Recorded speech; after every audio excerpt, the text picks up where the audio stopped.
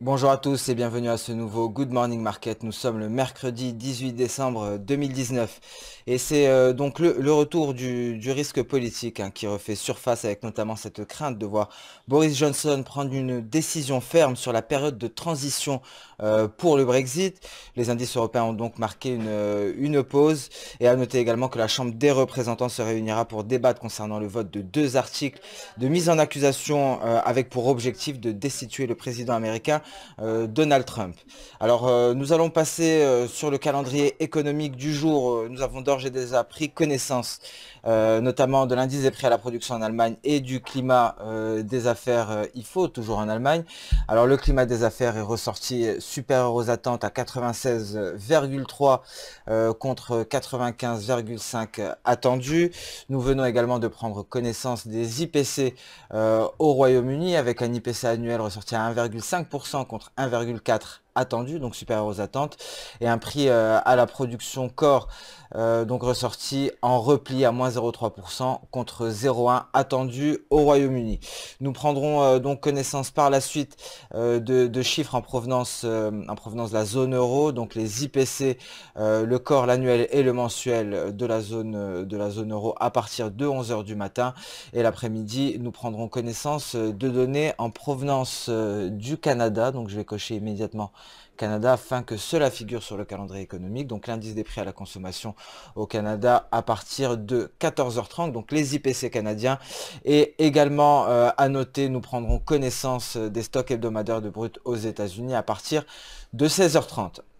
Nous allons passer sans plus tarder sur la plateforme Xstation 5 et nous allons débuter par le marché d'échange, notamment le dollar index. Le dollar index ici qui a réintégré son canal de long terme, donc un piège technique, réintégration actuellement avec un dollar index qui tente de rallier les 97,041, soit ce palier de Tenkan. Alors l'euro dollar quant à lui, après avoir largement franchi ici l'objectif NT, cet objectif NT fait office de support. L'euro dollar est actuellement aux alentours des 1,11 36. Nous allons essayer de constater cela en données H4. Donc en données H4 ici, l'euro dollar qui a franchi sa Kijun et qui reste en dessous de cette ligne de coup. Donc en données H4, on pourrait ici envisager la formation d'une épaule tête-épaule complexe dans l'attente du franchissement de la ligne de coup qui devrait venir avec une hausse ici des volumes, ce qui se traduirait par un repli de l'euro dollar qui pourrait aller chercher aux alentours des indices 99, soit ce palier de SSB. Alors pour le moment assez difficile d'envisager une poursuite de la hausse de l'euro dollar au-dessus de ce niveau. Pour cela, nous allons constater le graphique de l'euro dollar en données hebdomadaires. Nous avons une grosse résistance sur l'euro dollar. Cette résistance, c'est ce palier de Kijun, les 1,11 45 très exactement. Alors les 1,1145, ce sera un niveau très difficile à franchir, étant donné que c'est un niveau majeur en hebdomadaire. C'est la Kijun hebdomadaire. C'est bien ce niveau qu'avait refusé de franchir l'euro dollar la semaine précédente en retraçant afin de se placer grosso modo de l'autre côté de cette trendline. Et encore une fois cette semaine, nous avons assisté à un retracement pour peut-être une clôture en dessous de la Kijun. Donc un euro dollar qui a du mal à s'affranchir de cette zone, ce qui s'explique aisément au vu du graphique hebdomadaire. Alors l'USD-CAD quant à lui est toujours aux alentours de son support à grosso modo 1,31,57. Alors nous allons passer à présent sur le marché action et nous allons débuter par le DAX allemand. Donc le DAX légèrement en petite hausse actuellement. Nous allons constater ici l'évolution du DAX en données H4, un DAX qui retrouve des couleurs depuis la publication de l'IFO, donc ce qui a permis au DAX de rallier ici sa Kijun en données H4, une Kijun à 13 280 environ. Alors on peut remarquer ici que nous avons une forte résistance sur le DAX allemand. On le voit notamment sur du H4, ce sont les 13 400 points. Les 13 400 points, le DAX ne parvient pas à s'en affranchir. Il a testé récemment à deux reprises ce niveau, un niveau qu'il a renvoyé à la baisse en direction de la Tenkan. Nous avions eu ici une divergence de RSI, donc au final un repli un repli qui est tout à fait justifié hein, suite à cette divergence de RSI et cette résistance, la résistance des 13 400 points que le DAX ne parvient pas à franchir. Donc le DAX pourrait se replier en direction ici de cette extension de palier de SSB, une extension de palier de SSB qui correspond grosso modo au seuil psychologique des 13 200 points qui pourrait être un objectif de court terme pour l'indice allemand. Pour l'heure, l'indice allemand retrouve des couleurs hein, suite à cette publication de l'IFO du climat des affaires en Allemagne, en cours de test de sa Kijun en palier. Alors le CAC 40 également qui reste très proche de son record, hein, ces fameux 6000 points qui ont été atteints finalement et qui évoluent également à l'image du DAX en territoire positif. Alors en données H4, le CAC 40 a une configuration plutôt qui diffère hein, de celle du DAX allemand. Ici nous avons donc un support qui correspond au niveau des 5960 hein, environ et le CAC 40 hein, poursuit cette hausse en direction des 6000 points. Alors s'il y avait un repli hein, concernant le CAC 40, celui-ci pourrait aller chercher son support journalier, donc les 5960 points. Alors le CAC 40 hein, devrait confronter très prochainement d'autres résistances. La première résistance à franchir avant de rallier les 6000 points sera la résistance à 5980. Les indices américains également restent perchés hein, à leur sommet. Ici, l'US 500 a bien finalisé la formation d'une vague impulsive 3-4 en venant valider le niveau des 3197. Donc un objectif N qui a bien été atteint sur l'US 500.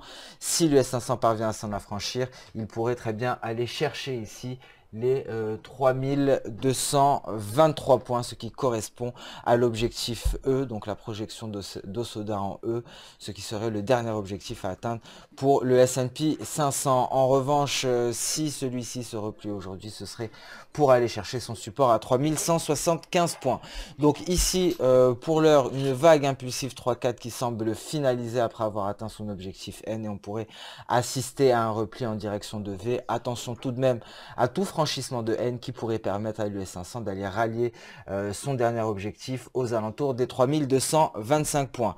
Alors les autres indices américains également restent scotchés à leur sommet, à l'image du Dow Jones et du Nasdaq, donc deux nouveaux records pourraient être inscrits aujourd'hui en cours de séance. Nous allons passer à présent sur le volet des matières premières. Nous allons débuter par l'or, qui évolue toujours à l'intérieur de son drapeau, invisible en données journalières, mais également en données hebdomadaires. Donc l'or donc qui est toujours dans sa figure chartiste et qui se situe aux alentours de la borne supérieure de ce drapeau. Alors attention car il y a une grosse résistance mis à part la borne supérieure de ce drapeau. En données journalières, nous avons le nuage Ishimoku ici qui vient renforcer la borne supérieure de ce drapeau. On peut noter également hein, que l'or évolue à l'intérieur hein, d'un rectangle, d'un range et ce depuis le 11 novembre hein, environ, un range hein, qui n'a toujours pas été franchi ni à la hausse ni à la baisse et de manière globale hein, le gold qui évolue toujours dans son drapeau et qui est sous résistance. Le pétrole sera un des actifs hein, que nous garderons sous surveillance aujourd'hui après la première estimation concernant la variation hebdomadaire de stock aux États-Unis, une estimation qui a fait état donc d'une baisse des stocks, ce qui a permis au pétrole de se replier, un pétrole qui était venu tester ici l'objectif V issu des projections d'Osoda concernant la vague impulsive 3-4, donc un objectif V ici qui a bien été atteint. Alors nous allons prendre le temps de mettre en évidence hein, les différentes vagues qui ont été dessinées par le WTI lors de ces dernières semaines.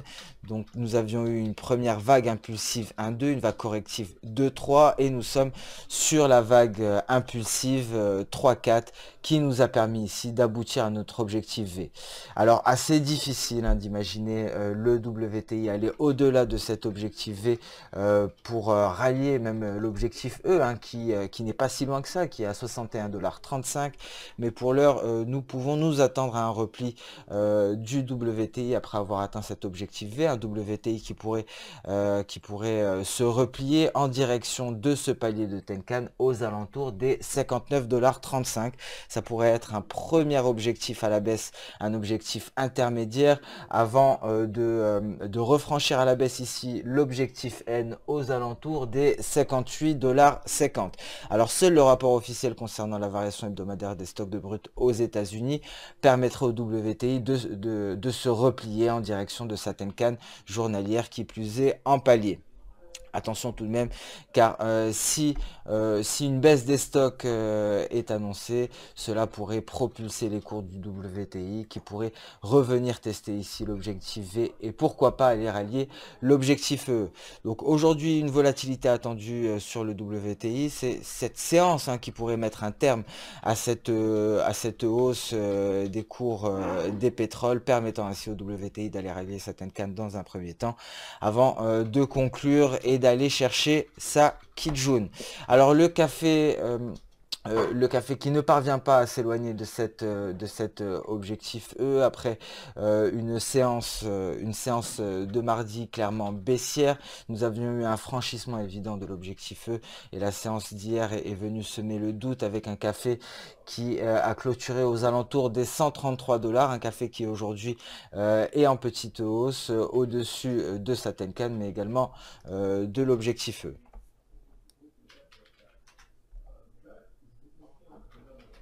Alors à noter également sur le soja, hein, ce mouvement intéressant. Donc nous resterons extrêmement attentifs à l'évolution de la situation, étant donné que nous avions eu un second creux ici en C qui restait supérieur au précédent creux en A. Ensuite nous avons eu un franchissement ici de la Kijun et une sortie du nuage par le haut avec une lagging span qui s'affranchit de tous ces obstacles. Donc c'est une configuration clairement haussière ici pour le soja qui pourra aller chercher l'objectif N aux alentours des 965 $. Donc un signal ici qui nous a été donné sur le soja en données journalières avec des prix qui se sont affranchis du nuage et une lagging span qui a le champ libre. On pourrait s'attendre éventuellement à un pullback en direction de la SSA avant d'initier une impulsion haussière afin de rallier l'objectif N. Alors ce Good Morning Market touche à sa fin, je vous remercie de l'avoir suivi avec attention. Je vous donne rendez-vous dès demain pour un nouveau point marché. En attendant, je vous souhaite une excellente journée, une bonne séance de trading. N'hésitez pas à liker, commenter ou même partager cette vidéo.